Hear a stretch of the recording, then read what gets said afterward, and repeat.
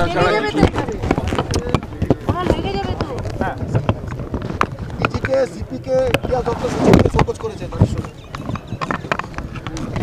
সরকারের উচিত রাজ্য সরকারকেই শোকজ করা, ক্রীড়ামন্ত্রীকে শোকজ করা।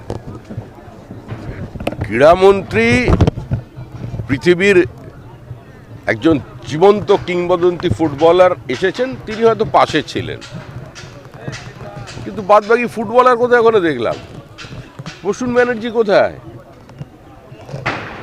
হাওড়ার তৃণমূলের সাংসদ হলেও তিনি তো একজন ভারত বিখ্যাত ফুটবলার, দেশের ক্যাপ্টেন ছিলেন, তাকে ডাকেননি। কোথায় সুব্রত ভট্টাচার্য? কোথায় মনোরঞ্জন ভট্টাচার্য? কোথায় প্রশান্ত ব্যানার্জি? কোথায় মিহির বোস? বহু ফুটবলার আছে, কোথায় শিশির? কাউকে তো দেখতে পেলাম না। যারা কোনোদিন গলিতে টেনিস বলে পা দেয়নি তারা সব চলে গেছেন মেসির কাছে। মানুষের পকেট থেকে টাকা জোর করে ছিনিয়ে নিয়েছে। 300 টাকা, 200 টাকা জলের বোতল, 100 টাকা চিপস, আবার শুনছি নাকি লক্ষ লক্ষ টাকা নিয়ে সেলফি তোলা হয়েছে। রাজ্য সরকারের সহযোগিতায়, রাজ্য সরকারের বদান্যতায়, রাজ্য সরকারের অনুপ্রেরণায় নির্বাচনের আগে নির্বাচনী তহবিলের জন্য লুট হয়েছে। শোকজ কাউকে করতে হলে নিজেকেই নিজে শোকজ করুন। হিন্দুদের ভোট বেশি কাটা যাচ্ছে। আজকে 10% জায়গায় 40% দিতে হবে কেন্দ্রকে, রাজ্যকে, সেই নিয়ে সৌগত রায় বিলটিকে সিলেক্ট কমিটি বানানোর প্রস্তাব দিয়েছে। ও সব এখন ওখানে খসড়া তালিকার প্রকাশের দিনই তৃণমূলের হোমওয়ার্ক ভবানীপুরে বিএলও গ্রুপদের নিয়ে আজকে কালীঘাটে বৈঠক করছে। কার বাড়িতে কে কিভাবে রান্না করবে সেটা আপনি আমি ঠিক করবো না।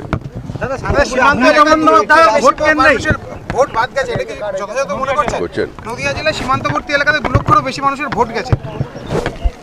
হিয়ারিং হবে, দেখা যাবে। কোনো হিন্দুর উদ্বাস্তুর ভোট বাইরে থাকবে।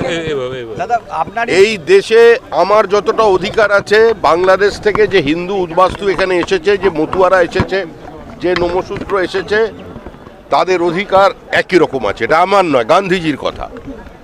সুতরাং একজন হিন্দু উদ্বাস্তু যারা নিজেদের ধর্ম, নিজেদের সম্ভ্রম, নিজেদের পদবি রক্ষা করবার জন্য আজকে পশ্চিমবঙ্গে এসেছেন, তাদের জন্য সিএর ব্যবস্থা করা হয়েছে। কারোর নাম ভোটার লিস্টের বাইরে থাকবে না। দাদা, আপনারই দেওয়া রাস্তা শান্তি উদ্বোধন করছেন পথশ্রী প্রকল্পে, আপনার ল্যাডের টাকার রাস্তা, সেটা মুখ্যমন্ত্রী পথশ্রী প্রকল্পে উদ্বোধন করছেন। আপনার যে ল্যাডের টাকা, সেই ল্যাডের টাকায় একটা রাস্তা হয়েছিল ফুলিয়াতে, কাজও শুরু হয়েছিল, মুখ্যমন্ত্রী পথশ্রীতে কৃষ্ণনগর এসে তার উদ্বোধন করেছেন, কি বলবেন? মুখ্যমন্ত্রী গুরুজন, তিনি আমাদের রাজ্যের নেত্রী, তিনি রাজ্যের মুখ্যমন্ত্রী, তিনি আমার রাস্তা ভালোবেসে উদ্বোধন করেছেন, এর জন্য আমি কৃতজ্ঞ।